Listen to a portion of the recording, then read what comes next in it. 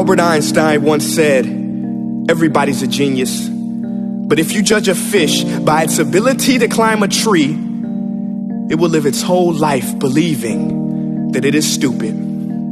Ladies and gentlemen of the jury, today on trial we have modern day schooling. Glad you could come. Not only does he make fish climb trees, but also makes them climb down and do a 10-mile run. Tell me, school, are you proud of the things you've done?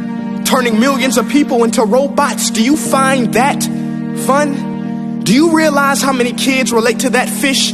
Swimming upstream in class, never finding their gifts, thinking they are stupid, believing they are useless? Well, the time has come, no more excuses. I call school to the stand and accuse him of killing creativity, individuality, and being intellectually abusive.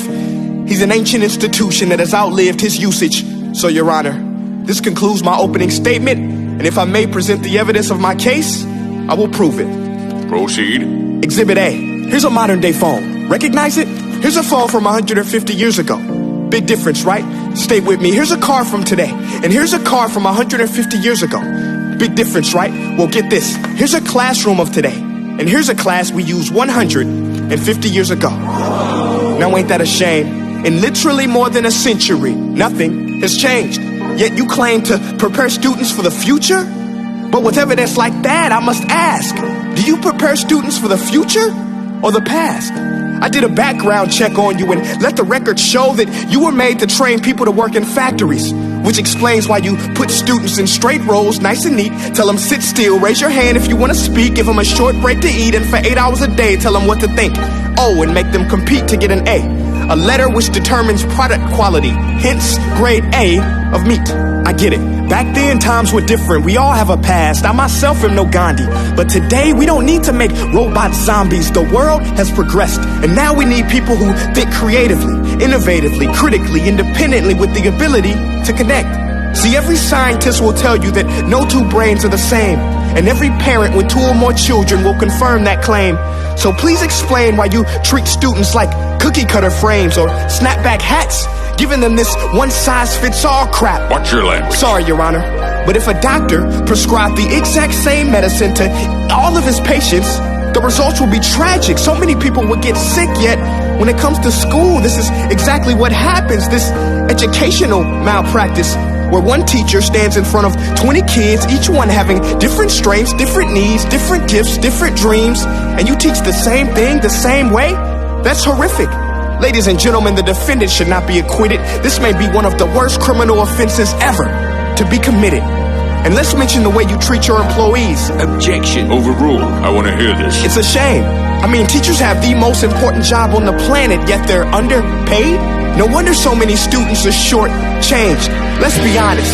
Teachers should earn just as much as doctors, because a doctor can do heart surgery and save the life of a kid. But a great teacher can reach the heart of that kid and allow him to truly live. See, teachers are heroes that often get blamed, but they're not the problem. They work in a system without many options or rights. Curriculums are created by policymakers, most of which have never taught a day in their life.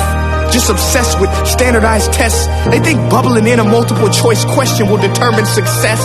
That's outlandish. In fact, these tests are too crude to be used and should be abandoned, but don't take my word for it. Take Frederick J. Kelly, the man who invented standardized testing, who said, and I quote, "These tests are too crude to be used and should be abandoned." Ladies and gentlemen of the jury, if we continue down this road, the results will be lethal. I don't have much faith in school, but I do have faith in people. And if we can customize healthcare, cars, and Facebook pages, then it is our duty to do the same for education, to upgrade it, change it, do away with school spirit, because that's useless. Unless we're working to bring the spirit out of each and every student, that should be our task.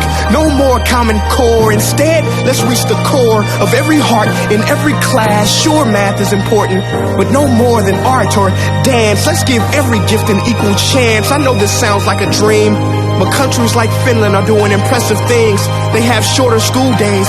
Teachers make a decent wage. Homework is non-existent, and they focus on collaboration instead of competition. But here's the kicker, boys and girls. Their educational system outperforms every other country in the world. Other places like Singapore are succeeding rapidly. Schools like Montessori, programs like Khan Academy, there is no single solution. But let's get moving, because while students may be 20% of our population, they are 100% of our future. So let's attend to their dreams, and there's no telling what we can achieve. This is a world in which I believe, a world where fish are no longer forced to climb trees. I'll rest my case.